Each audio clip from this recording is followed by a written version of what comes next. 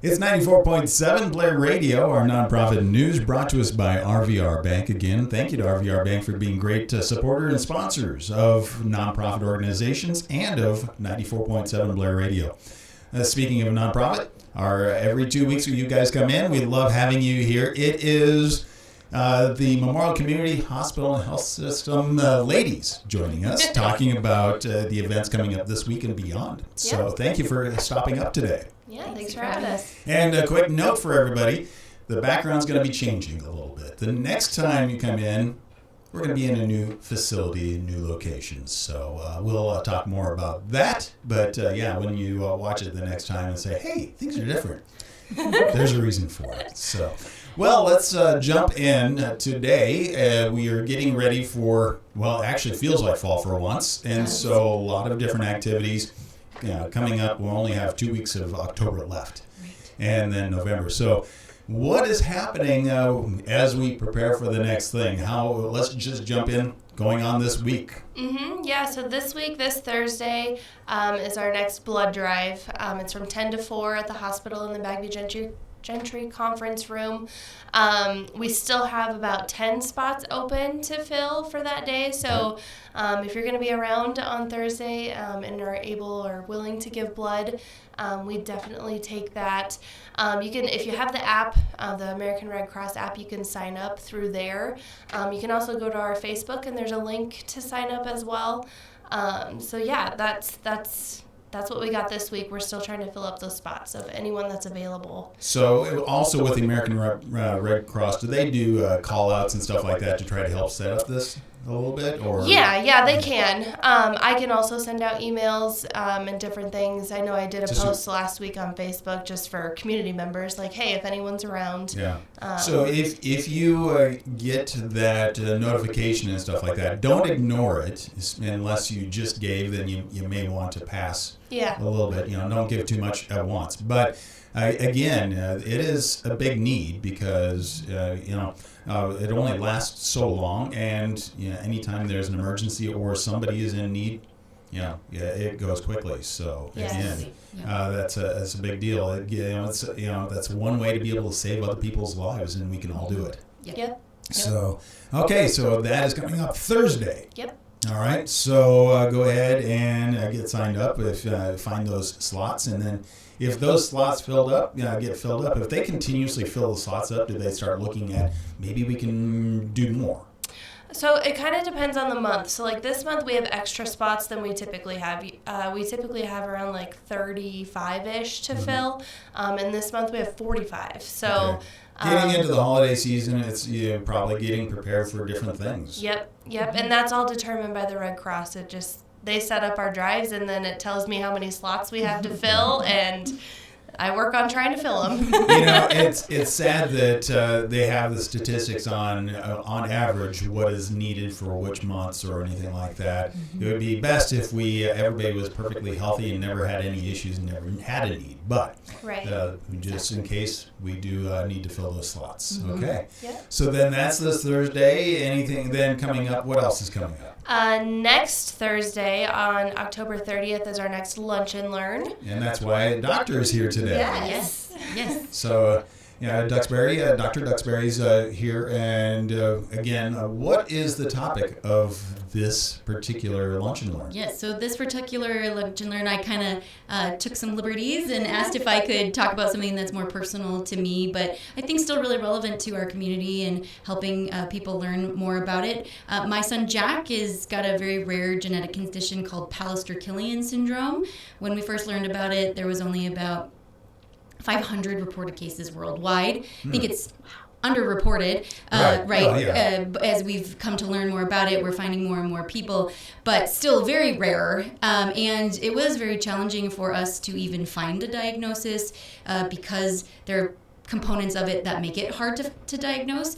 So my husband is going to join me, and we're just going to talk through our journey, what it looked like, when did we first start noticing things, how we approached it, how we used resources in the community, our pediatrician, Dr. Sisk, as well as the Early Developmental Network, EDN, who does a lot of great work, and then all the wonderful resources that we have in Omaha as well, which are not far away, and just trying to make a plug for all of that. Plus, we get to show off some really cute pictures of our son and brag about all the exciting things that he's doing that we at one point didn't know if he would ever do. So we're really looking forward to sharing our story and helping to bring awareness for a lot of these different resources. Well, and that's one of the things, it is not just for somebody who has the same condition as your son. It's anybody going through the challenge of what are we dealing with? Exactly. That's exactly right. So it's kind of more of a global focus on that with this one particular thing. So, of course, we'll give you some information about Pallister-Killian just to raise some awareness. But it's more of like, what is that general process like? Right. And how do you advocate for yourself? How do you find resources to, help make just everything better? Well, and that's also a challenge because, you go in and you say, well, my child is dealing with this, or even yourself, I'm dealing with this or this or this. Yeah. But often with the way healthcare or with the way insurance covers things, it's really challenged to be able to get past that point to say, let's actually look at these things. Yes. So that is how to advocate, how to battle through the red tape. Yes. Right? Exactly. And there's a lot of it. I mean, fortunately, like I have a little bit of a leg up being a physician and kind of being connected, that I could kind of navigate that a little bit easier. But like being just a layperson who maybe has no other connections to the medical community, I can imagine it'd be very, very challenging because it was still hard for us. Our son was 8 months by the time we actually got a diagnosis, and that took a lot of calling and pushing and kind of demanding that we get things paid for or get in to see people.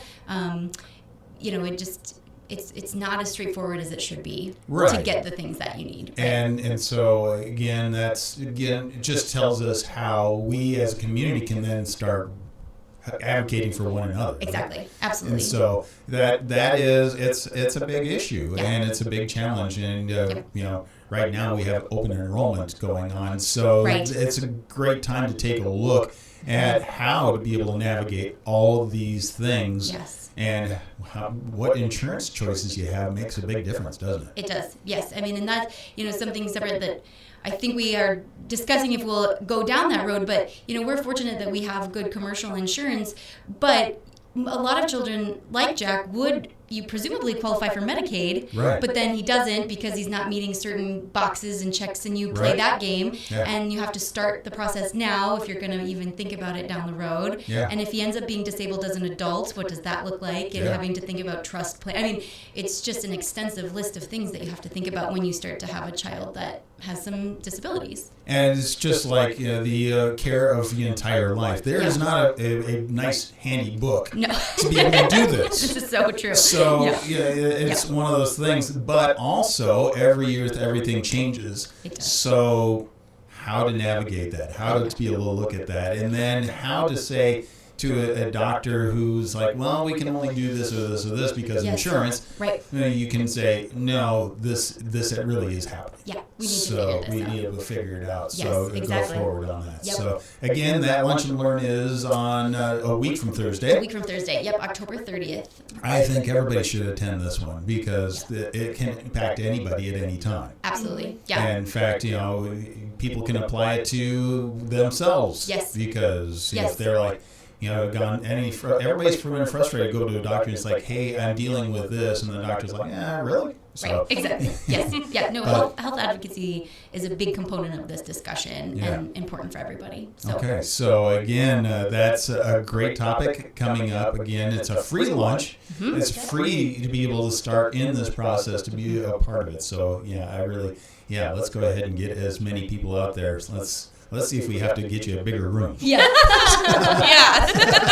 So anyway, because that's just dealing with the frustrations that everybody deals with. So absolutely. again, that is the 30th. Yep. And so, again, get signed up and sign up early for this one. Let's make sure we do that. Yes. All right. So, great topic there.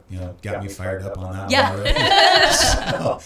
And then anything else coming up as we're getting into the end of October? You have Halloween, and then November 1st is a week, just less than 2 weeks. Yes. So right at the beginning of November, that first Monday, November 3rd, is our next Baby Expo. Okay. So that'll be from 4 to 7, Monday, November 3rd. Doing it just a little different this time. We try to mix it up each time, so it's not always the same thing. This time is really going to be focused on the different levels of care that we can offer at MCH, from preconception, for the mom while she's pregnant, for baby, and after is kind of the focus this time. So there's, of course, going to be great prizes and food, dinner, snacks. all of the things. Yes. Yeah. So anyone who, is planning to get pregnant soon or is pregnant, or if you just had a baby, you are all welcome. So that's coming up soon. Okay, so that is, again, November 3rd. Yep. And what time again? From 4 to 7. And then let's get people to contact you and register for that as well, right? So that way you can expect how to schedule and how to get people put together. So again, great things happening in Memorial Community Hospital and Health System, because, again, advocating for the area, because, Omaha is only a few minutes away. Country mile. But to be able to have those resources right here with people we know, our family or friends. And again, so let's go ahead and then get involved and show support for the hospital and everything you guys are doing to be able to support the communities. So, definitely. well, again, coming up, Blood Drive Thursday. A quick recap. So Thursday, sign up for that. Following Thursday on the 30th is the Lunch and Learn. Everybody should attend to this one. And then, so sign up for that. And then Baby Expo on the 3rd. So follow along on their Facebook or go to mchhs.org to be able to keep up to date on their website. Thank you, ladies. Great show today. Yeah, Yes, thank you. Thank you. Mm-hmm.